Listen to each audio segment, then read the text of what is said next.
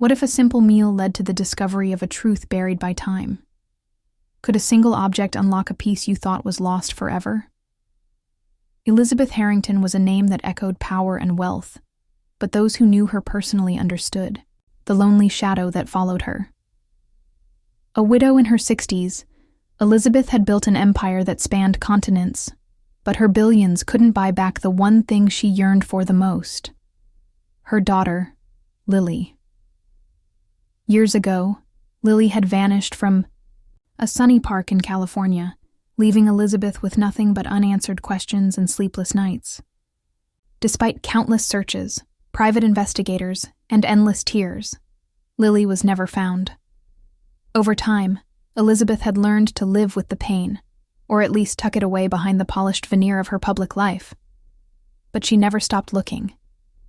Every child she saw, every laugh she heard, reminded her of the giggles she had lost. After years of running away from California, the place that had stolen her joy, Elizabeth finally returned. Something about being back felt right, as if her heart had unfinished business with the place. That afternoon, Elizabeth decided to skip her usual fine dining experiences. She craved something simple, something human. Driving aimlessly through the streets of her new town, her eyes landed on a charming little diner with a bright red sign that read, "Sunnyside Eats." The place was buzzing with life, filled with families, friends, and the comforting hum of ordinary conversations. As Elizabeth walked in, a bell above the door chimed, announcing her arrival. She chose a corner booth, one that gave her a view of the room but still offered some privacy. The waitress approached shortly after.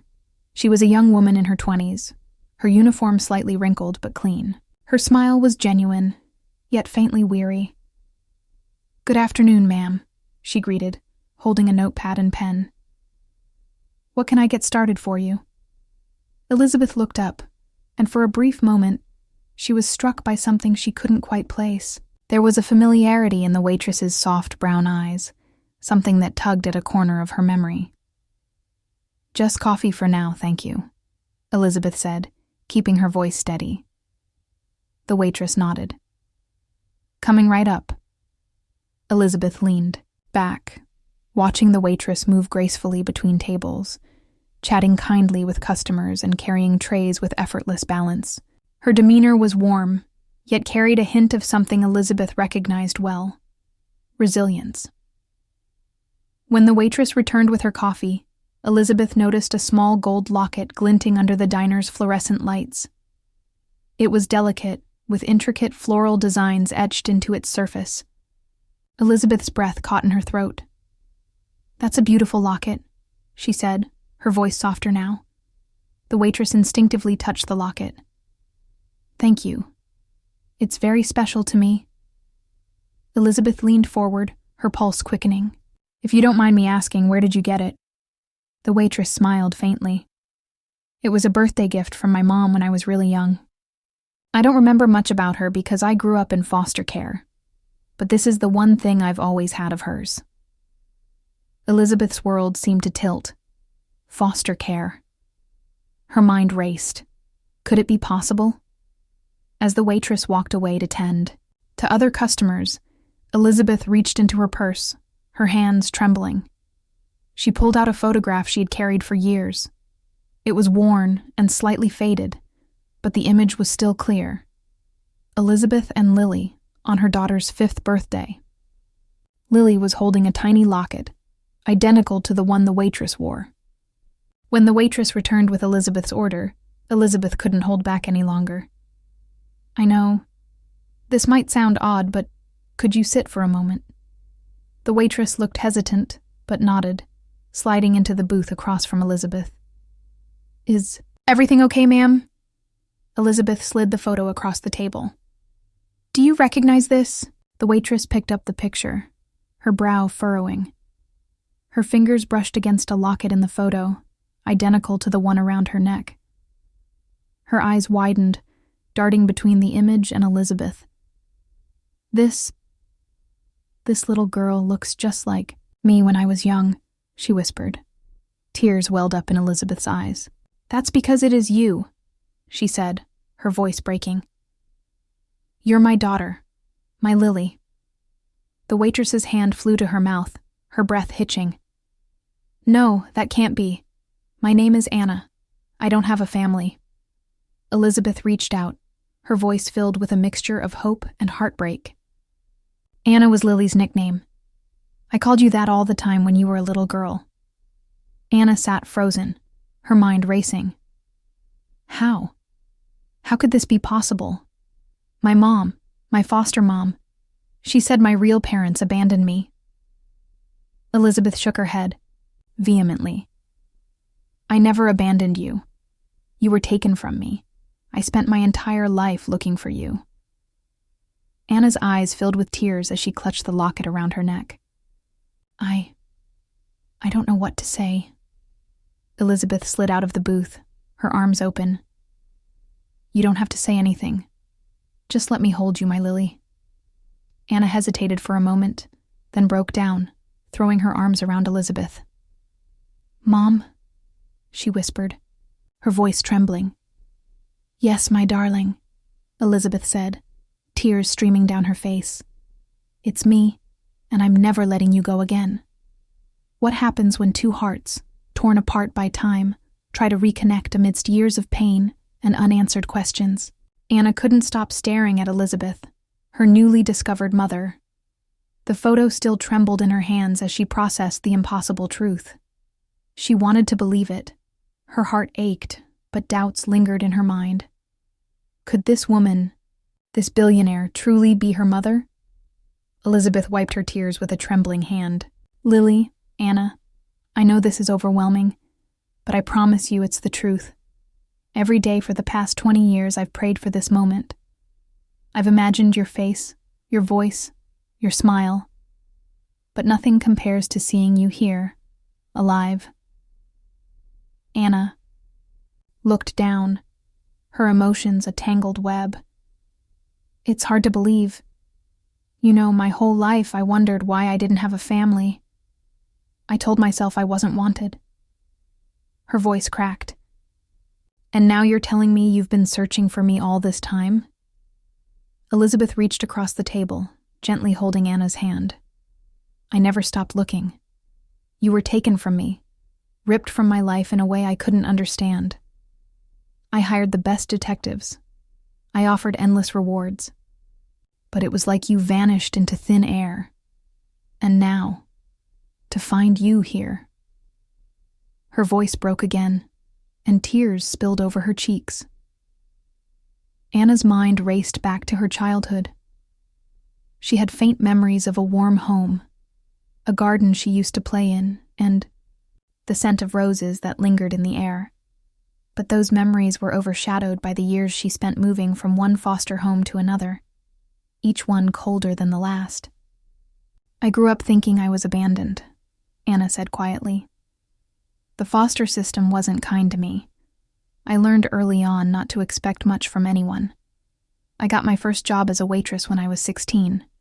I've been working ever since, just trying to survive. Elizabeth's heart shattered as she listened. I can't imagine the pain you went through. If I had known, if I had found you sooner. She paused, her voice thick with regret. None of this would have happened. You would have had the life you deserved. Anna looked at Elizabeth, her eyes searching. Why now, after all these years? Why did fate bring us together today? Elizabeth touched the locket around Anna's neck. Because of this, she said softly. It's the one thing that tied us together, even when we were apart. It's what brought me here today. The room fell silent as Anna absorbed Elizabeth's words. Finally, she asked a question that had been burning in her mind. What about my dad? Where is he? Expression darkened with sorrow, Elizabeth said. Your father passed away a few years after we lost you. He couldn't handle the grief. He blamed himself for not protecting you that day. Anna's breath hitched. I wish I could have met him, she whispered. Elizabeth nodded, her tears falling freely now. He would have loved you so much, Lily. You were his whole world, just like you were mine. Anna reached across the table, her hand trembling, and placed it over Elizabeth's. I don't know how to feel, but I think I want to try. I want to know what it's like to have a mom. Elizabeth broke into a soft, tearful smile. And I want to know what it's like to be your mom again. Let me make up for the years we lost, Lily. Let me give you everything I couldn't before. Elizabeth insisted Anna leave the diner with her. You're not staying here another day, she said firmly. I have a home for you, a real home. Anna hesitated.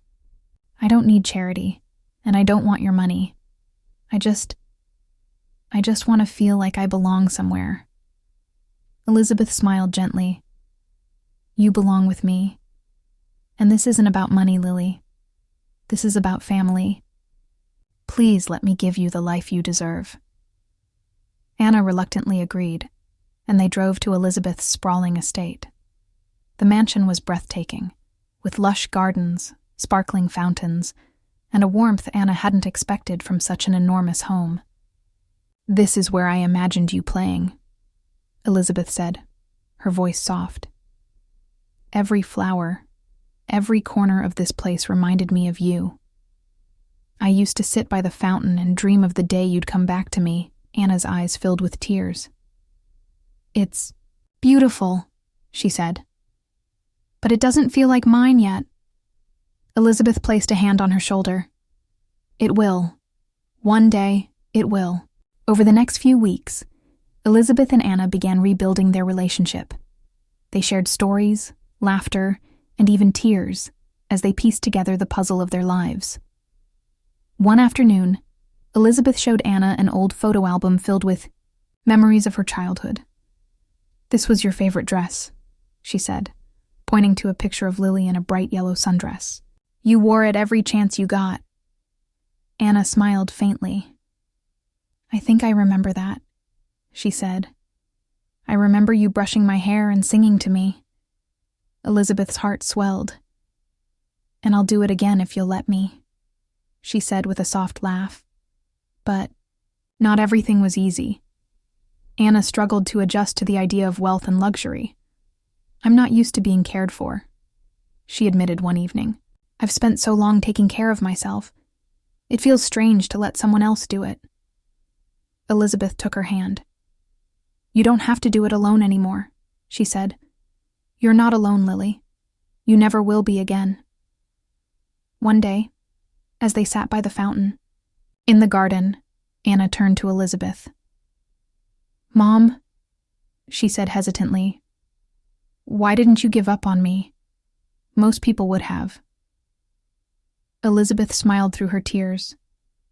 Because a mother's love doesn't give up. It doesn't fade, and it doesn't forget. I knew deep in my soul that you were out there somewhere, and now that I've found you, I'll never let you go again. Anna leaned into her mother's embrace, her heart full for the first time in years. Thank you, she whispered, for never giving up on me. Elizabeth kissed her heel wounds time had torn open for Elizabeth and Anna. The answer was written in the way their hearts found their way back to one another.